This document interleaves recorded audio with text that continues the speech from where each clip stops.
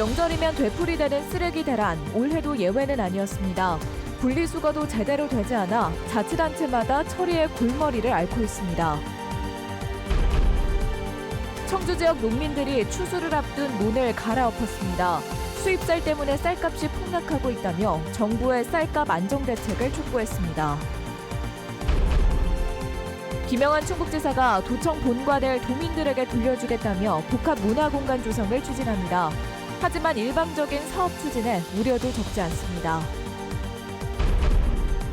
충북 도정사상 첫 여성, 첫 30대 부지사인 김수민 정무부지사가 취임한 지 2주가 넘어섰습니다. 직접 만나 포부와 각오를 들어봤습니다. 여러분 안녕하십니까? 계속해서 뉴스데스크 충북 소식입니다. 명절이면 되풀이되는 쓰레기 대란, 올해도 예외는 아니었습니다. 긴 추석 연휴가 끝나면서 명절 선물과 음식 등 각종 쓰레기가 한꺼번에 쏟아져 나왔는데요. 분리수거가 제대로 안 된 경우가 많아 처리에 애를 먹고 있다고 합니다. 전효정 기자가 보도합니다. 새벽부터 청주 시내 곳곳에 쓰레기를 수거한 트럭이 재활용품 선별장에 도착합니다. 추석 연휴 동안 생긴 재활용품의 선별 작업에 한창입니다. 눈에 띄게 수거량이 많은 품목은 명절 선물과 제수용품 포장에 쓰인 스티로폼과 종이 상자입니다. 평소보다 한 2배는 되는 것 같은데요? 명절 때라 아무래도 양이 많잖아요. 그죠? 그래서 어렵죠. 이거 다 일부러 이렇게 가지고 오잖아요. 힘들어요. 전혀 거의 안 지킨다고 보시면 돼요. 추석 연휴가 지나고 재활용 선별센터에는 평소보다 많은 양의 쓰레기가 이렇게 산처럼 쌓여 있습니다. 과일 포장재와 잔여물이 남은 음식 용기는 재활용할 수 없지만 분리수거를 잘못한 경우가 많습니다. 작업자들이 재활용할 수 있는 물품을 분류해보지만 명절 뒤엔 음식물이 섞인 쓰레기가 평소보다 더 많아 힘이 듭니다. 음식물이 너무 많이 섞여서 나오고 전자제품 같은 것도 너무 많이 나오고 음식물이 그냥 통에다 그냥 나와요. 그러니까 그런 게 너무 어려워요. 악취가 나고. 연휴 기간 수거하지 못한 쓰레기가 워낙 많아 이번 주말까지는 연장 근무를 해야 합니다. 추석 연휴라서 물량이 많이 들어와가지고 저희가 오늘 연장 근무도 하고 이제 토요일 오전까지도 근무를 할 것 같아요. 최대한 일회용품 사용을 줄여주셔서 폐기물 양을 줄여주시고. 환경단체에서는 소비자만 탓할 일이 아니라고 지적합니다. 과대 포장을 하는 기업 먼저 변해야 한다는 겁니다. 포장하는 박스의 무게가 오히려 더 나가는, 부피도 더 많이 나가고 제수용품이나 선물이나 재활용이 어려운 부분에 대해서는 이건 기업에서 좀 고민해야 될 필요가 있다. 추석 연휴 양손을 가득 채웠던 선물과 포장용품은 쓰레기 산으로 우리에게 돌아왔습니다. MBC 뉴스 전유정입니다. 충북대학교 병원 응급실 가동률이 전국 국립대병원 가운데 가장 낮은 것으로 나타났습니다. 더불어민주당 문정복 의원에 따르면 올해 충북대병원 응급실 가동률은 18.8%로 전국 16개 국립대병원 평균인 46.7%의 절반에도 못 미쳤습니다. 의료 대란의 여파로 지난해 49.5%에서 30.7%포인트 급감한 것으로 분석됩니다. 문 의원은 청주 임산부 응급실 뺑뺑이 등 심각한 수준인 지방 응급실 가동 문제에 대해 신속한 해결책 마련이 필요하다고 밝혔습니다. 의대 증원의 영향으로 충북대와 건국대 글로컬 캠퍼스의 수시 모집 경쟁률이 많이 올랐습니다. 2025학년도 충북대 수시 모집 평균 경쟁률은 도내에서 가장 높은 11.1대 1로 지난해 8.59대 1에 비해 크게 올랐고 건국대 글로컬 캠퍼스가 9.34대 1로 뒤를 이었습니다. 충북대 의예과의 수시 경쟁률은 20.5대 1로 충청권 의과대학 가운데 가장 높았고 건국대 글로컬 캠퍼스는 13.1대 1을 기록했습니다. 본격적인 벼 수확철이지만 농민들은 수확 대신 논을 갈아엎으면서 시위에 나섰습니다. 수입쌀 때문에 쌀값이 하락을 거듭하면서 생산비도 못 건지게 됐다며 정부의 쌀값 보장 대책을 촉구했습니다. 이초원 기자가 취재했습니다. 황금빛 논이로 트랙터 6대가 지나갑니다. 잘 여문 벼가 힘없이 쓰러집니다. 청주시 농민 100여 명이 쌀값 보장을 요구하며 논 갈아엎기 투쟁을 벌였습니다. 정성 들여 일군 땅을 뒤엎는 농민은 속상한 마음을 감추지 못합니다. 말로 표현을 못합니다. 지금 가슴이 멎이는 것 같아요. 지금 우리가 20만 원이 안 되고 있잖아요. 인건비는 13만 원, 15만 원씩 가요. 힘없이 툭툭 쓰러지고 있는 이 벼는 한 달 뒤면 바로 수확이 가능한 벼 3,000kg 상당입니다. 쌀값은 지난 10달간 폭락했습니다. 지난해 10월 80kg 한 가마에 21만 7천 원이었는데 지난달 25일에는 17만 6천 원까지 떨어졌습니다. 정부가 제시한 벼농가 소득 안정금액인 20만 원을 크게 밑돌고 있는데 햅쌀이 나오면서 더 떨어지진 않을까 걱정입니다. 비료값, 면세유, 인건비는 상승을 하고 농자들도 상승을 했는데 결론은 저희는 20년 전 쌀값으로 대체를 하고 있는 거예요. 지금 월급 받는 분들이 20년 전 월급을 받으려면은 살아남을 수 있겠습니까? 정부는 쌀 수확기를 앞두고 올해 햅쌀의 초과 생산량을 시장 격리하기로 결정했습니다. 10만 톤가량인 2만 헥타르의 밥쌀 재배 면적을 사료용으로 격리하겠다는 건데 농민들은 최소 2배는 더 격리해야 한다고 주장하고 있습니다. 시장 격리가 효과를 보려면 한 번에 충분한 물량을 격리해야 한다. 올해 수차례 시장 격리에도 불구하고 역대급 쌀값 폭락이 발생한 건 역시 찔끔 격리 때문이었다. 정부는 쌀 소비량이 지속적으로 줄면서 공급 과잉이 일어나고 있다고 지적하고 있는데 농민들은 해마다 40만 톤 이상 들여오는 수입쌀 때문이라고 반박하고 있습니다. 농민들은 지난해 양곡관리법 개정안의 거부권을 행사한 윤 대통령을 비판하면서 쌀값이 안정화될 때까지 투쟁하겠다고 밝혔습니다. MBC 뉴스 이초원입니다. 김영헌 충북지사가 1937년에 지어진 충북도청 본관을 87년 만에 도민품으로 돌려주겠다면서 관련 사업을 추진하고 있습니다. 최소 100억 원을 들여 도서관과 전시실을 갖춘 복합 문화공간으로 만든다는 계획인데요. 문화의 궁전으로 이름까지 붙였는데 공감대가 부족하다는 지적은 여전합니다. 이지영 기자가 보도합니다. 지난 4월 김영헌 충북지사는 도청 본관 개방을 선언했습니다. 사무실을 비우고 대신 복합 문화공간을 만들겠다는 겁니다. 곧바로 도민 설문조사와 연구 용역이 일사천리로 진행됐습니다. 아이들과 청소년들이 와서 쉴 수 있는 유모차를 끌고 급한 언제든지 와서 여기 와서 쉴 수 있는 그런 공간으로 만들어 드리는 데 있습니다. 이후 처음으로 열린 공청회에는 정부 부처와 미술관 관계자 등 100여 명이 참석했습니다. 김 지사는 복합 문화공간에 일명 문화의 궁전이라는 이름을 붙였습니다.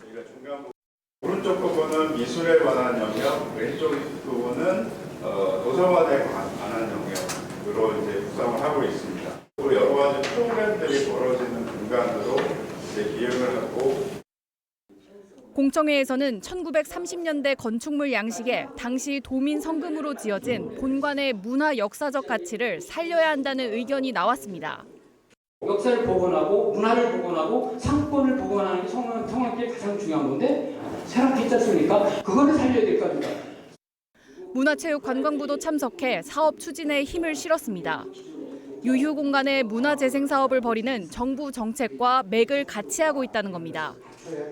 유사 사례도 좀 많이 좀 조사가 된 것 같고 그런 것 같아서 주민들의 의견을 좀 충분히 수렴하려면 사업 안정도도 높아질 걸로 보고 있습니다. 이 사업에는 100억 원이 넘게 들어갈 전망인데 김 지사는 정부 지원을 요청했습니다. 도청을 옮기지 않음으로써 무려 3천억 가까운 예산을 우리가 절감했기 때문에 우리만이 지금 옛 도청을 업사이클링에 쓰고 있고 문화의 궁전으로 태어날 것이 분명하기 때문에. 하지만 시민사회 단체에서는 반대의 목소리가 나옵니다. 도민들이 돌려달라고 한 적이 없는데 김 지사가 활용 방안을 정해놓고 용역을 맡겨 의견을 수렴하고 있다는 겁니다. 이미 다 답은 정해져 있고 여기에 뭔가 이제 반발이 있을 것 같으니까 그것을 문모하기 위해서 보여주기 식으로 하는 것이 아닌가라는 비판을 할 수밖에 없는 것 같습니다. 또 가뜩이나 공간이 부족해 8개 부서가 외부로 나가 있는데 본관까지 개방되면 사무 공간과 주차 공간이 더 부족할 것이라는 우려도 나오고 있습니다. MBC 뉴스 이지연입니다. 김영환 충북지사가 오폐수로부터 우리 강과 호수를 지키기 위한 전쟁을 선포하겠다고 밝혔습니다. 김 지사는 자신의 페이스북을 통해 추석 연휴 충북을 돌면서 가장 소중한 것이 청정한 정원과 깨끗한 물이라고 생각했다며 더 늦기 전에 단호하고 강력한 노력이 집중돼야 한다고 밝혔습니다. 이를 위해 오폐수 처리 시설을 조속히 건설하는 등 특단의 대책을 임기 내에 지속적으로 추진하겠다고 밝혔습니다. 앞서 충청권 환경단체들은 청남대 개발이 아니라 상수원 수질 보호 정책을 펴야 한다고 김 지사를 비판했습니다. 어린이와 임신부, 어르신들을 대상으로 인플루엔자, 독감 무료 접종이 실시됩니다. 충청북도는 내일부터 내년 4월 말까지 생후 6개월부터 13세 어린이, 임신부, 65세 이상 어르신에게 인플루엔자 무료 접종을 실시한다고 밝혔습니다. 어린이와 어르신은 연령대별로 접종 시작일이 다르고 임신부는 다음 달 2일부터입니다. 주민등록상 거주지와 상관없이 보건소나 도내 지정 의료기관 794곳에서 접종할 수 있습니다.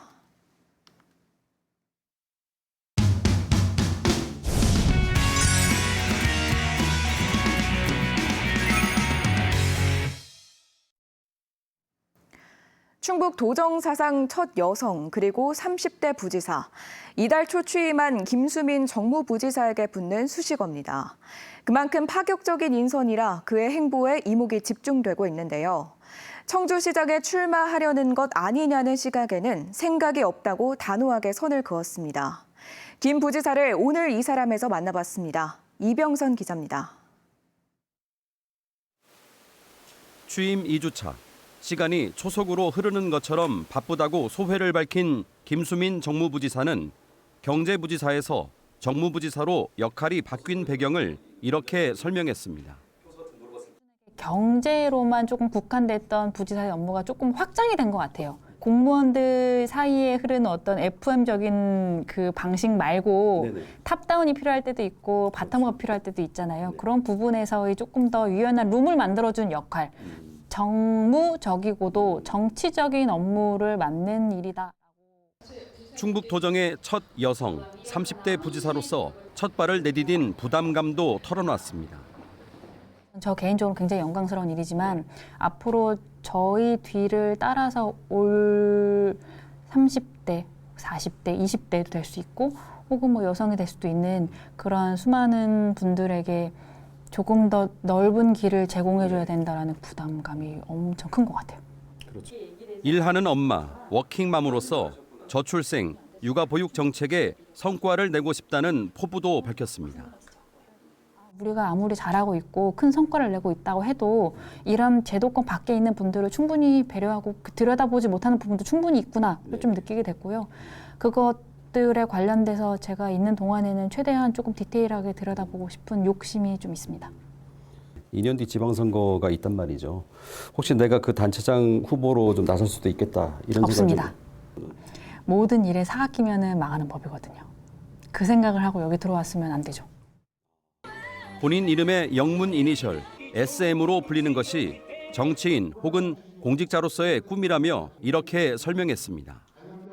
김수민이라는 사람이 가지고 있는 인생 철학, 그리고 국가관, 그리고 앞으로 사회가 어떻게 나아갔으면 좋겠는 어떤 정치 철학들이 있을 거 아니에요. 그런 부분들이 정말 왜곡 없이, 오해 없이 시민들에게 잘 전달돼서 그 지점을 함께 시민들과 만들어가는 사람이 되고 싶다라는 뜻이거든요. 첫 30대 여성 부지사에 대한 도민들의 기대와 우려가 큰 것으로 알고 있다며 마지막으로 이런 각오를 남겼습니다. 한 분 한 분 소통을 하면서 그분들의 소중한 이야기가 우리 충북도에 가장 크게 들릴 수 있도록 여러분들과 소통하는 그런 정무부지사가 되겠다는 말씀을 드리고요. 그 성과를 우리 도민들이 보다 크게 향유할 수 있도록 그 정책 체감도를 높이는 일에 역할을 하도록 하겠습니다. MBC 뉴스 이병선입니다. 국제 바칼로레아 아이비 토크 콘서트에 참석했던 학부모들이 아이비 도입에 긍정적인 반응을 보였습니다.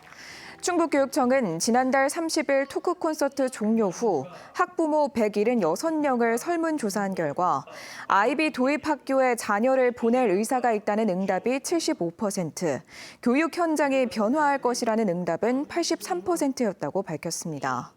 가장 변화할 것으로 기대하는 분야는 비판적, 창의적 사고력 향상 39%를 비롯해 학생의 수업 참여도 질문이 있는 수업 순이었습니다.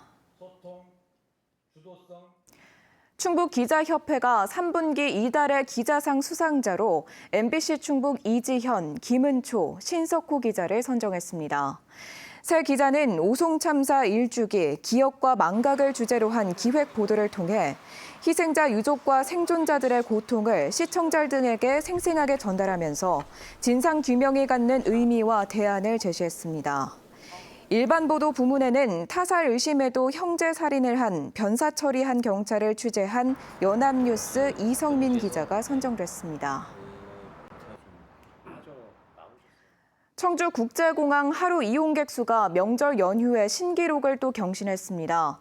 청주공항은 추석 연휴 마지막 날 공항 이용객이 15,628명으로 지난달 10일 역대 최다 기록을 경신한 지 한 달여 만에 다시 신기록을 달성했다고 밝혔습니다.